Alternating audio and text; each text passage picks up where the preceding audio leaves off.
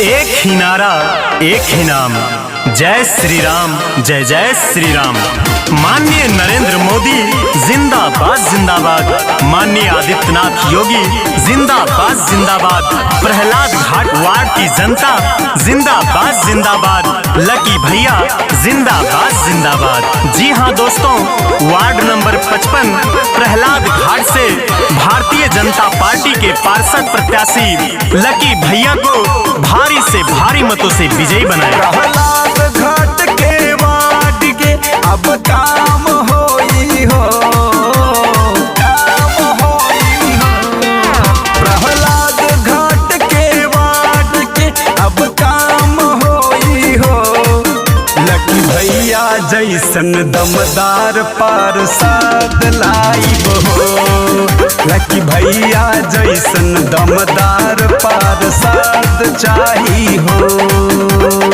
जनता का बेटा, गरीबों का मसीहा लकी भैया को नगर के विकास के लिए अपना प्यार और आशीर्वाद जरूर दें। सरकार से आने वाले हर सरकारी योजनाओं का लाभ सीधा सीधा मतदाता मालिकों को हमारे लकी भैया दिलवाएंगे। गरीबों के नायक, दुखियों के सहायक, योगी जी के चेला भैया जनता के नायक, जनता के नायक। गरीबों के नायक, दुखियों के सहायक, योगी जी के चेला भैया जनता के नायक। सबका साथ सबका विकास यही काम होई हो।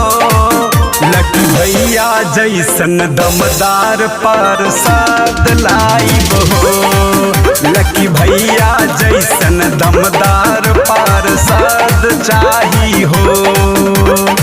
जी हाँ भाइयों एवं बहनों, हमारे लकी भैया का कहना है कि नेता नहीं बेटा बनकर आया हूँ, नेता नहीं बेटा बनकर आया हूँ। चुनाव प्रचार तो बस एक बहाना है, आप सभी का आशीर्वाद पाने आया हूँ, आप सभी का आशीर्वाद पाने आया हूँ। सबके दिल में बस लकी भैया, विरोधी के मुँह धुआं धुआं है भैया, धुआं है भैया। सबके दिल में बस लकी भैया, विरोधी के मुँह धुआं धुआं है भैया। चमके टोला मुहल्ला ऐसन काम चाही हो। लकी भैया जैसन दमदार पार्षद लाइब हो, लकी भैया जैसन दमदार पार्षद